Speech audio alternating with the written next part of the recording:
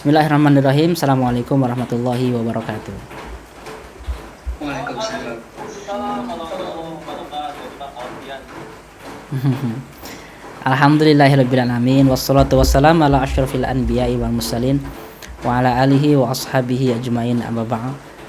Kita dengarkan Pak Amin bicara apa? Teh Dinar, Baik, terima kasih.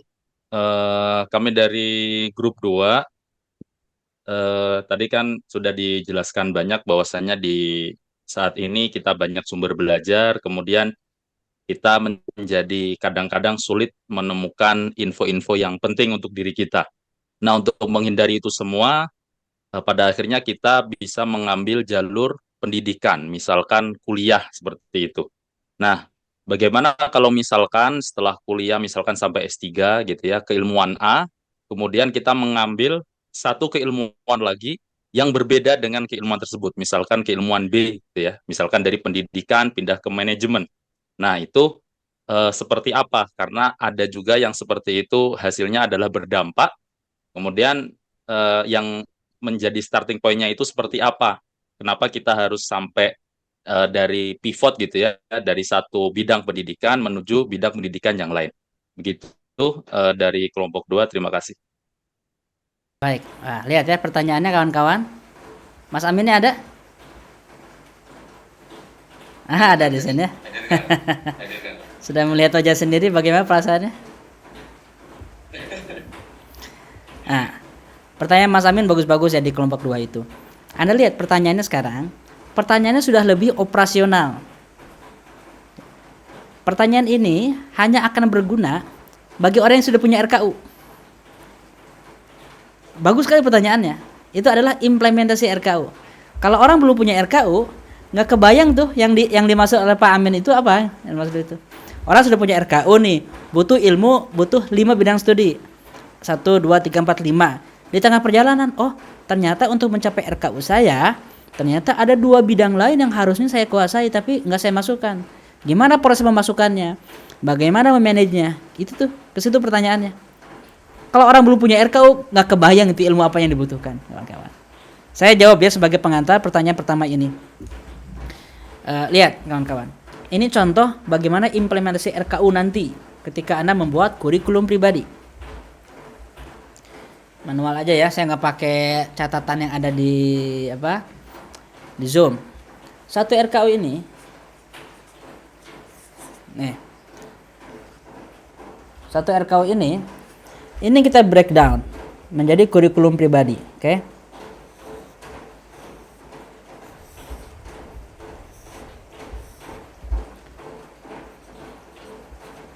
Lihat, ada 3 lapisan. Yang paling ujung adalah contribution. Yang tengah-tengah adalah C kedua capacity. Yang kedua adalah career. Yang paling bawah adalah capacity.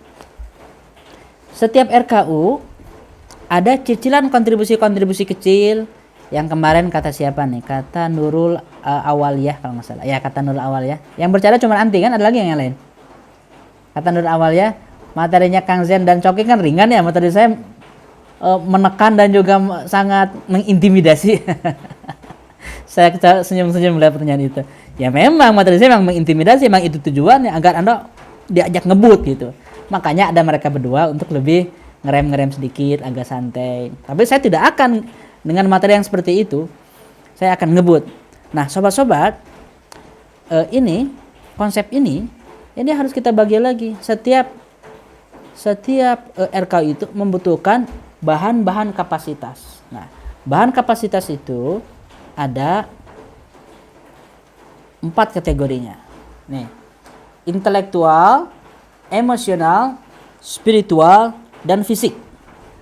Oke. Ada 4 kategorinya. Nanti ketika kita menerjemahkan RKU-nya sudah firm nih. Maka setiap bahan kapasitas diri ini di breakdown.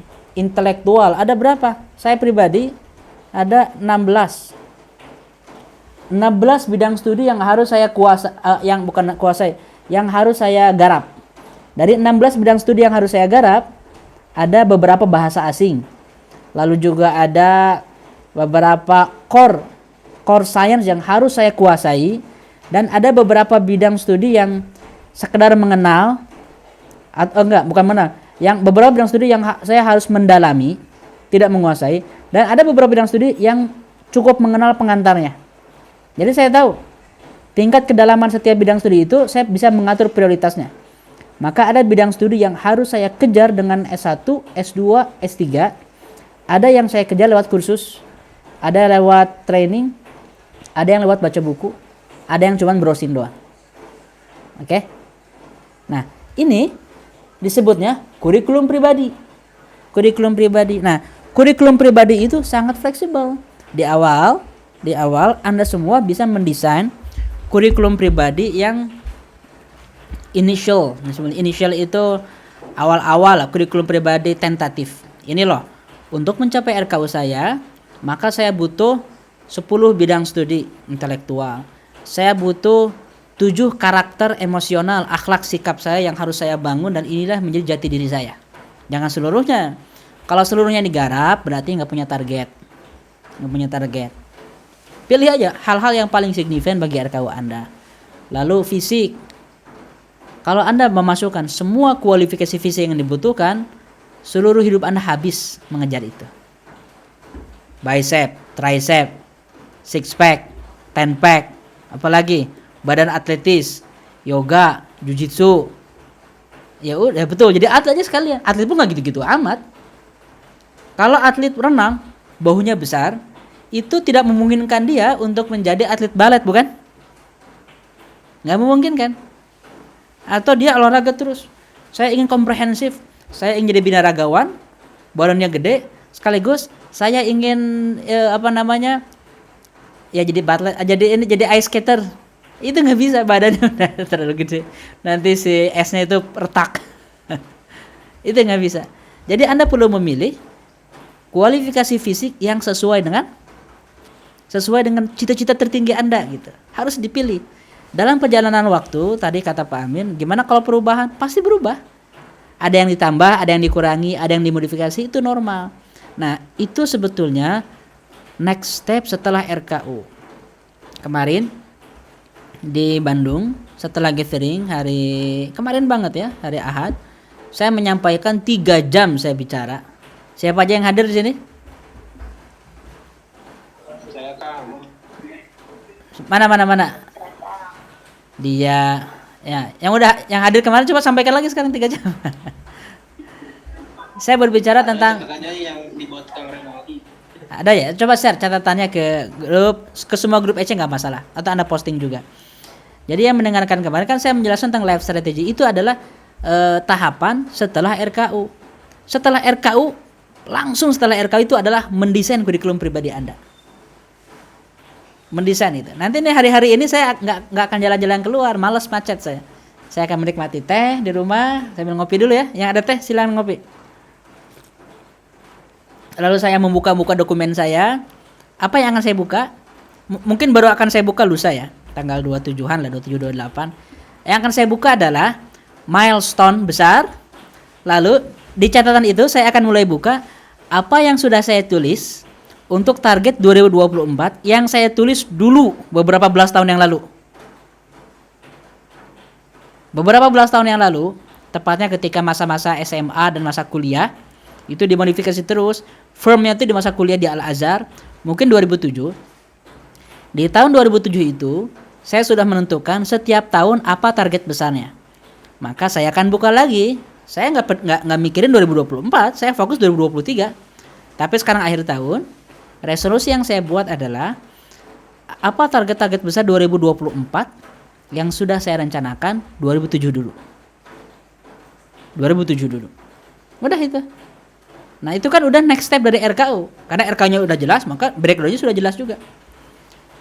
Setidaknya saya bisa ngomong gini karena saya sudah mengamalkannya secara pribadi, sehingga saya tidak omong kosong. Saya menjadikan hidup saya itu terpandu oleh rencana-rencana saya sendiri, bukan rencana orang lain. Sejak tahun 2007, 2008, 2010, 2015, semua yang saya lakukan termasuk Elite Circle direncanakannya sejak zaman dulu, bukan baru kemarin gitu.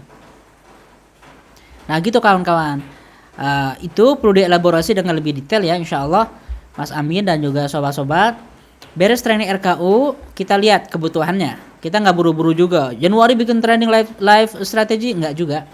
Kalau memang butuh, bikin. Kalau enggak ya udah. Berarti Anda bisa bikin sendiri masing-masing. Idealnya Anda bikin sendiri. Yang saya harapkan itu Anda semua setelah ikut training EC 10 sesi, Anda mencari berbagai cara teknis strategi untuk mengimplementasikannya. Ada memang beberapa orang, tidak banyak, yang melakukan itu gitu. Dia kreatif mencari cara-cara sendiri. Hasilnya sesuai yang diharapkan. Saya memiliki target, Anda perlu punya mindset visi global Islam. Anda perlu punya RKU, Anda perlu punya kurikulum pribadi, Anda perlu punya life planning, Anda perlu punya program pengembangan life asset, olahraga semuanya. Anda perlu punya rencana pembelajaran yang canggih. Anda perlu punya rencana pengembangan pikiran. Anda perlu punya sesi 8 itu leadership. 9-nya influencing skill. 10-nya visi pemuda Indonesia. Ada yang membreakdownnya sendirian setelah materi EC. Tapi memang nggak semuanya kayak gitu. Itu butuh inisiatif yang sangat tinggi. Kalau banyak demand-nya, orang butuh, yang udah punya RKU, butuh nih penerjemahannya, saya bisa membantu sobat-sobat dengan life strategy itu. Bagaimana membreakdown jadi kurikulum pribadi, merencanakan karir, merencanakan keluarga, merencanakan S2, S3, bagaimana planning besar usia 30-40 tahun, 40-60 tahun, saya bisa membantunya. Tapi kalau ada kebutuhannya, dengan syarat RKU-nya sudah selesai. Gitu ya. Pak Amin, ini Pak Amin yang kemarin bukan yang sekarang. Nanyakan kemarin. Sok, silakan. Ada lagi pertanyaan dari sobat-sobat? Kita langsung ngobrol, terbuka aja.